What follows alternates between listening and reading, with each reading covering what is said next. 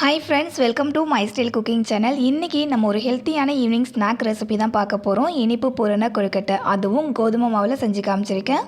கொழுக்கட்டைக்குள்ளே இருக்கிற அந்த இனிப்பு பூரணம் எப்போவும் நம்ம செய்கிற போல் தேங்காய் எல்லாம் இல்லாமல் கொஞ்சம் டிஃப்ரெண்ட்டாக இருக்கும். டேஸ்ட்டும் பிரமாதமாக இருக்கும்.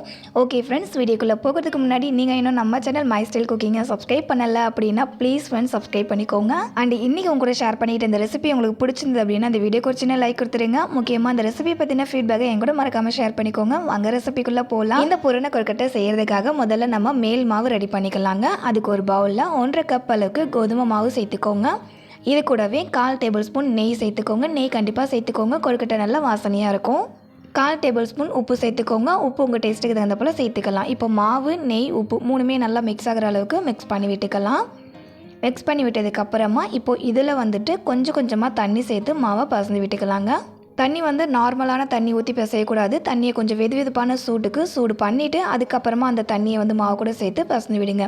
அப்போ தான் கொழுக்கட்டை நல்லா சாஃப்டாக இருக்கும். தண்ணி ரொம்ப சூடாக இருக்கணும் அப்படின்ற அவசியம் இல்லை. கை பொறுக்கிற சூட்டுக்கு இருந்துச்சு அப்படின்னா போதும். இப்போ இந்த மாவு சப்பாத்திக்கெல்லாம் பசைவோம்ல, அதே மாதிரி நல்லா சாஃப்டாக பசஞ்சிக்கோங்க. பசஞ்சதுக்கப்புறமா மாவு இந்த மாதிரி ஒன்று தட்டிக்கோங்க. வெதுவெதுப்பான தண்ணி சேர்த்து மாவை பசஞ்சிருக்கோம்ல, அதனால் மாவு நல்லா சாஃப்டாக இருக்கும். அதே போல் மாவை கையால் தொட்டு பார்த்தோம் அப்படின்னா கையில் பிசு பிசுப்பாக ஒட்டக்கூடாது. நெக்ஸ்ட்டு இந்த மாவு மூடிட்டு ஒரு 5லேருந்து 10 நிமிஷத்துக்கு ஊற வச்சுடுங்க. அதாவது பூரணம் ரெடி பண்ணுறோம்ல, அந்த கேப்பில் மாவு கொஞ்சம் ஊறட்டும். பூரணம் ரெடி பண்ணுறதுக்காக ஃபஸ்ட்டு ஸ்டவ் ஆன் பண்ணிவிட்டு ஒரு பேன் வச்சுக்கோங்க. இதில் 1 டேபிள் ஸ்பூன் நெய் சேர்த்து நெய் இந்த மாதிரி மெல்ட் ஆனதுக்கு அப்புறமா இதில் கட் பண்ண முந்திரி பருப்பு சேர்த்துக்கோங்க. சின்னதாக கட் பண்ண பாதாம் சேர்த்துட்டு இந்த பாதாம் அண்ட் முந்திரி பருப்போடைய கலர் லைட்டாக கோல்டன் ப்ரௌன் கலருக்கு சேஞ்ச் ஆகி வரப்பட்டு வர வரைக்கும் வறுத்து விட்டுக்கோங்க. இந்த மாதிரி கலர் சேஞ்ச் ஆகி வரப்பட்டு வந்ததும் இதில் 7 வாழைப்பழம் நான் கட் பண்ணி சேர்த்துருக்கேன். நான் நல்ல சின்னதான வாழைப்பழம் எடுத்திருக்கேங்க. அதனால் ஒரு 7 வாழைப்பழத்தை சின்னதாக கட் பண்ணி சேர்த்துருக்கேன். நார்மலான சைஸில் இருக்க வாழைப்பழம் எடுக்கிறீங்க அப்படின்னா ஒரு 3 வாழைப்பழம் இல்லை ஒரு 4 வாழைப்பழம் எடுத்துக்கோங்க. அளவு கரெக்டாக இருக்கும். இப்போ இந்த வாழைப்பழத்தை நெய்யிலே ஒரு 3 நிமிஷத்துக்கு வதக்கி விட்டுக்கோங்க. வாழைப்பழத்தை வதக்கிட்டு நல்லா இந்த மாதிரி மேஷ் பண்ணதுக்கு அப்புறமா இப்போ இதில் 1 கப் அளவுக்கு தேங்காய் துருவல் சேர்த்துக்கோங்க. சேர்த்துட்டு 2 டேபிள் ஸ்பூன் அளவுக்கு கட் பண்ண பேரிச்சம்பழம் சேர்த்துக்கோங்க. இப்போது நம்ம சேர்த்துக்கிட்ட தேங்காயும் பேரிச்சம்பழமும் வாழைப்பழத்து கூட நல்லா மிக்ஸ் ஆகணும். அந்த அளவுக்கு நல்லா மிக்ஸ் பண்ணி விட்டுருங்க. பாருங்கள், இந்த மாதிரி நல்லா மிக்ஸ் ஆகி வந்ததுக்கு அப்புறமா இப்போ இதில் 1/4 கப் அளவுக்கு நாட்டு சக்கரை சேர்த்துக்கோங்க. நாட்டு சக்கரை சேர்த்ததுமே ஸ்டவ் ஆஃப் பண்ணுறேங்க. இந்த பேனில் இருக்க சூட்டுலேயே சக்கரை மெல்ட் ஆகி நல்லா ஒன்றா மிக்ஸ் ஆகிடும். இப்போ இதில் 2 ஏலக்காவை நசுக்கி சேர்த்துக்கோங்க. சேர்த்துட்டு இப்போ எல்லாத்தையுமே நல்லா ஒன்றா மிக்ஸ் பண்ணி விட்டுக்கலாம். ஆல்ரெடி நம்ம வாழைப்பழம், தேங்காய், பேரிச்சம்பழம்லாம் சேர்த்துருக்கோம். அதிலே ஸ்வீட் டேஸ்ட் இருக்கும். அதனால் அதிகமாக சக்கரை, வெல்லம்லாம் சேர்த்துடாதீங்க. ஸ்வீட் டேஸ்ட் உங்களுக்கு எவ்வளோ வேணுமோ அதுக்கு தகுந்த போல் சேர்த்துக்கோங்க.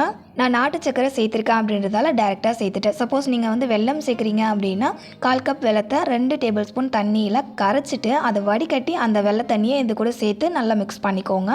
இப்போது எல்லாமே நல்லா ஒன்றா மிக்ஸ் ஆகிடுச்சு. பார்க்கும்போது உங்களுக்கு தெரியும். அவ்வளோதான், பூரணம் ரெடி ஆகிடுச்சு. இதை நார்மலாகவே நீங்கள் குழந்தைங்களுக்கு அப்படியே ஒரு ஸ்வீட் மாதிரி செஞ்சு கொடுக்கலாம். அப்படியே சாப்பிட்றதுக்கும் ரொம்ப டேஸ்டியாக இருக்கும். அடுத்தது நம்ம மாவு பார்க்கலாம். மாவு இப்போ தொட்டு பார்த்தீங்க அப்படின்னா ஃபர்ஸ்ட் இருந்ததை விடவே இப்போ ரொம்ப சூப்பராக சாஃப்டாக இருக்கும். இப்போது இந்த மாவை எடுத்துட்டு சப்பாத்தி உருட்டை கட்டையில் வச்சு சிலிண்ட்ரிக்கல் ஷேப்பில் உருட்டி எடுத்துக்கலாம். இந்த மாதிரி ஈக்குவலாக சிலிண்ட்ரிக்கல் ஷேப்பில் மாவு ஊட்டினதுக்கு அப்புறமா இப்போ இந்த மாவு நம்ம ஒரே சைஸில் கட் பண்ணி எடுத்துக்கலாம். இந்த மாதிரி ஃபஸ்ட்டு ஒரே சைஸ்லேயே நம்ம கட் பண்ணி மாவு வச்சுக்கிட்டோம் அப்படின்னா எல்லா கொழுக்கட்டையுமே அப்படியே ஒரே சைஸ்லேயே இருக்கும். ஒன்று பெருசாக ஒன்று சின்னதாக அந்த மாதிரிலாம் இருக்காது. எல்லாமே ஒரே ஈக்குவலான சைஸில் இருக்கும். அதுக்காக ஒரே சைஸ்க்கு மாவை கட் பண்ணதுக்கு அப்புறமா எல்லா மாவுமே எடுத்து பவுலில் போட்டுட்டு ஒரே ஒரு மாவு மட்டும் எடுத்து உருண்டை ஷேப்பில் உருட்டிட்டு இப்போது இது மேலே கொஞ்சமாக நெய் அப்ளை பண்ணிக்கலாம். மாவு ஊட்டும் போது கட்டையில் பிடிக்காமல் இருக்கிறதுக்காக. இப்போ இதை நம்ம எப்போவுமே சப்பாத்திக்கெலாம் மாவு ஊட்டுவோம்ல ரவுண்ட் ஷேப்பில், அதே மாதிரி இதையும் நம்ம மாவு ஊட்டி எடுத்துக்கலாம். மாவு ரொம்ப தின்னாக ஊட்டிக்கோங்க, மொத்தமாக இருக்கக்கூடாது. மொத்தமாக இருந்துச்சு அப்படின்னா உங்களுக்கு கொழுக்கட்டை கொஞ்சம் ஹார்டாக இருக்கிற போல் இருக்கும். பாருங்கள், இந்த அளவுக்கு தின்னாக ஊற்றிக்கோங்க. அப்போ உங்களுக்கு கொழுக்கட்டை சாஃப்டாக இருக்கும், சாப்பிடும்போது ஹார்டாக இருக்காது. இப்போது மாவு ஊட்டினதுக்கு அப்புறமா ஏதாவது ஒரு கப்பு மூடி எடுத்துகிட்டு இந்த மாதிரி கட் பண்ணிக்கோங்க. இந்த மாதிரி மாவை ரவுண்ட் ஷேப்பில் கட் பண்ணிவிட்டு அதுக்கப்புறமா உள்ள பூரணம் வச்சு நம்ம மடித்து விட்டோம் அப்படின்னா அது ஷேப்பே அழகாக பர்ஃபெக்டாக இருக்கும். அவ்வளோதான். இப்போது இந்த மாவுக்கு நடுவில் நம்ம ரெடி பண்ணி வச்சுருக்க பூரணத்தை சென்டரில் அந்த மாதிரி வச்சுட்டு மாவு மடித்து விடுங்க. மடித்து விட்டுட்டு அந்த எண்டிங்கில் கையால் அந்த மாதிரி அழுத்தி விடுங்க. சைடில் இந்த மாதிரி ப்ரெஸ் பண்ணி விட்டோம் அப்படின்னா உள்ளே இருக்கிற பூர்ணம் வந்து வெளியே வராது. அதுக்காக தான். இப்போ இந்த மாதிரி அப்படியே நார்மலாக வந்து அழுத்திட்டு அப்படியே கூட நீங்கள் கொழுக்கட்டை மாதிரி வேக வச்சுக்கலாம். ஆனால் சைடில் வந்து கொஞ்சம் ப்ளைனாக இருக்கு இல்லையா, அந்த இடத்துல வந்து டிசைன் பண்ணலாம் அப்படின்றதுக்காக நான் லைட்டாக வந்து மாவை வந்து ப்ரெஸ் பண்ணிவிட்டு பாருங்கள் இந்த மாதிரி வந்து மடித்து விடுறேன். திரும்ப மாவை மடித்து விட்டுட்டு திரும்ப லைட்டாக ப்ரெஸ் பண்ணிவிட்டு மடித்து விட்டீங்க அப்படின்னா லாஸ்ட்டாக உங்களுக்கு அது பார்க்கும்போது நல்ல ஒரு டிசைனாக இருக்கும். செஞ்சதுக்கு அப்புறமா காமிக்கிறேன் பாருங்கள். இப்போ பார்க்கும்போது ரொம்ப அழகாக இருக்குல்ல. இந்த மாதிரி நம்ம கொஞ்சம் டிசைனாக செஞ்சு கொடுத்தோம் அப்படின்னா பார்க்குறதுக்கே அட்ராக்டிவாக இருக்கும். குழந்தைங்களும் ரொம்பவே இன்ட்ரெஸ்டிங்காக கேட்டு வாங்கி சாப்பிடுவாங்க. திரும்ப அந்த சைடில் வந்துட்டு எப்படி மடிக்கணும் அப்படின்றத நான் ஸ்லோவாக காமிக்கிறேன் பாருங்கள். மாவு வந்து ஃபஸ்ட்டு லைட்டாக வந்து ப்ரெஸ் பண்ணுங்கள். ப்ரெஸ் பண்ணிவிட்டு அந்த மாவு வந்து கொஞ்சம் இழுத்து விட்ட மாதிரி மடித்து விடுங்க.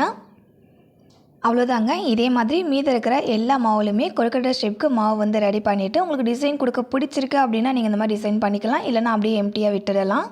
நம்ம ரெடி பண்ண கொழுக்கட்டை மாவுகளை வேக வைக்கிறதுக்காக ஒரு பாத்திரத்தில் தண்ணி சேர்த்து கொதிக்க வச்சுட்டேன். இப்போது அந்த பாத்திரத்து மேலே ஒரு ஸ்டீமர் வச்சுட்டேன்.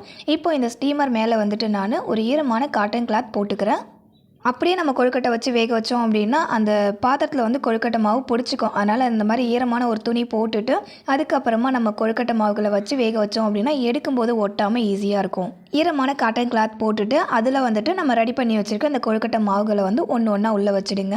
ஸ்டீமரில் கொழுக்கட்டைகளை வச்சதுக்கப்புறமா எக்ஸ்ட்ரா இருக்கிற அந்த துணியை வந்துட்டு அப்படியே கொழுக்கட்டை மேலே அந்த மாதிரி போட்டுருங்க. அவ்வளோதான். இப்போ மூடி போட்டு மூடிட்டு கரெக்டாக ஒரு 5 நிமிஷத்துக்கு மீடியம் ஃப்ளேமில் வச்சு இந்த கொழுக்கட்டையை வேக வச்சுக்கோங்க. ஃப்ரெண்ட்ஸ், ஆல்ரெடி நம்ம சேனலில் நிறைய வெரைட்டியான கொழுக்கட்டை ரெசிபீஸ் நான் அப்லோட் பண்ணியிருக்கேன். அந்த ரெசிபியோட லிங்க் எல்லாத்தையுமே இந்த வீடியோ கீழே டிஸ்கிரிப்ஷனில் தரேன். கண்டிப்பாக செக் பண்ணி பாருங்கள்.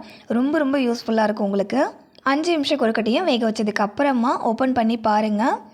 கொழுக்கட்டையை பார்க்கும்போதே கொஞ்சம் ஷைனிங்காக இருக்கிற போல் இருக்கும். அந்த மாதிரி ஷைனிங்காக இருக்கிற போல் இருந்துச்சு அப்படின்னா கொழுக்கட்டை மாவு நல்லா வெந்திருக்குன்றதை நீங்கள் தெரிஞ்சுக்கலாம். கொழுக்கட்டை வெந்ததுக்கப்புறம் நல்ல வாசனையாக இருக்கும். அதில் கூட நீங்கள் வந்து தெரிஞ்சுக்கலாம் மாவு நல்லா வெந்திருக்கு அப்படின்றது. ஓகே, இப்போ இந்த கொழுக்கட்டைகளை எடுத்து பிளேட்டில் வச்சுட்டு திரும்ப செகண்ட் பேட்ச் கொழுக்கட்டைகளையும் நம்ம இதே மாதிரி வேக வச்சுக்கலாம். எல்லா கொழுக்கட்டைகளையும் வேக வச்சதுக்கு அப்புறமா நான் காமிக்கிறேன் பாருங்கள். பார்க்கும்போது எவ்வளோ சூப்பராக இருக்குல்ல. ரொம்ப டேஸ்டியாக இருக்கும். இதோடைய டேஸ்ட்டு வாழைப்பழம், தேங்காய், நட்ஸ்லாம் சேர்த்து செஞ்சுருக்கோம். ஸோ ரொம்ப ஹெல்த்தியான ஒரு ஈவினிங் ஸ்நாக்ஸாக இருக்கும். அது மட்டும் இல்லாமல் கோதுமை மாவில் செஞ்சுருக்கோம். அண்ட் அது வந்து ஹார்டாக இல்லாமல் அவ்வளோ சாஃப்டாக இருக்குங்க சாப்பிடும்போது. இதுக்கப்புறம் நீங்கள் வந்து கொழுக்கட்டை செய்யணும் அப்படின்னா அரிசி மாவில் செஞ்சு கொடுக்காம இந்த மாதிரி கோதுமை மாவில் ஒரு டைம் செஞ்சு கொடுங்க. எல்லாருமே லைக் பண்ணி சாப்பிடுவாங்க. ஓகே ஃப்ரெண்ட்ஸ், இன்றைக்கி உங்க கூட ஷேர் பண்ணிக்கிட்டேன் இந்த பூரண கொழுக்கட்டை ரெசிபி உங்களுக்கு பிடிச்சிருக்குன்னு நினைக்கிறேன். பிடிச்சதுன்னா இந்த வீடியோக்கு மறக்காமல் ஒரு சின்ன லைக் கொடுத்துருங்க. அப்படியே இந்த ரெசிபி உங்களுடைய ரிலேட்டிவ்ஸ் தெரிஞ்சுங்க ஃப்ரெண்ட்ஸ் எல்லாருக்குமே ஷேர் பண்ணிக்கோங்க. அவங்களுக்கும் ரொம்பவே யூஸ்ஃபுல்லாக இருக்கும். இதே போல் ஒரு இன்ட்ரெஸ்டிங்கான அண்ட் டிஃப்ரெண்ட்டான டேஸ்டியான ஹெல்த்தியான ரெசிபியோட நாளைக்கு மதியம் 3 மணிக்கு மீட் பண்ணலாம் ஃப்ரெண்ட்ஸ். தேங்க்ஸ் ஃபார் வாட்சிங். பாய்.